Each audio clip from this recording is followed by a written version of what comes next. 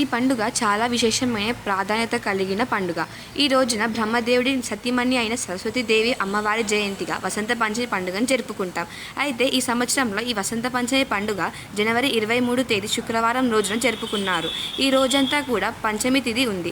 ఈ వసంత పంచమి రోజున చాలామంది తమ పిల్లలకు అక్షరాభ్యాసం చేయించుకుంటారు.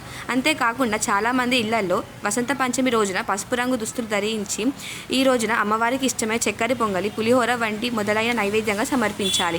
వసంత పంచమి 2026 తిథి పూజకు ముహూర్తం. తెలుగు పంచాంగం ప్రకారం ఈ సంవత్సరం వసంత పంచమి తిథి జనవరి 23వ తేదీ శుక్రవారం తెల్లవారుజామున 2:28 ప్రారంభమై మరుసటి రోజు అంటే జనవరి 24వ తేదీ శనివారం తెల్లవారుజామున 1:44 ముగుస్తుంది.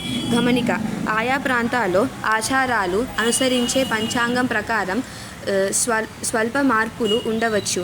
అయితే సూర్యోదయ తిథి ప్రకారం జనవరి 23వ తేదీ శుక్రవారం రోజున వసంత పంచమి పండుగను జరుపుకోవాలని పండితులు సూచిస్తున్నారు. తిరుమల తిరుపతి దేవస్థానం వారి క్యాలెండర్లో కూడా జనవరి 23వ తేదీనే వసంత పంచమిగా పేర్కొనబడింది.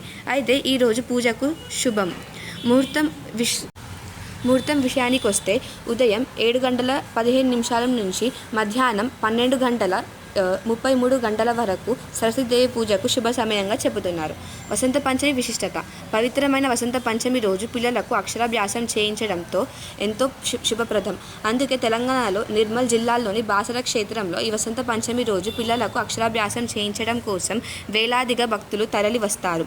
ఈ రోజు కేవలం అక్షరాభ్యాసాలకు మాత్రమే కాదు, కొత్త పని ప్రారంభాలకు, వ్యాపారం ప్రారంభానికి పిల్లలకు అంతేకాకుండా ఈ వసంత పంచమి రోజున ఎవరైతే సరస్వతీదేవికి పూజ చేస్తారో వారికి అమ్మవారి ఆశీస్సులతో పాటు ఏకాగ్రత, పట్టుదల, జ్ఞాపక శక్తి పెరిగి చదువులపై మనసు లగ్నం చేయగలుగుతారని మన పురాణాలు చెప్పబడింది.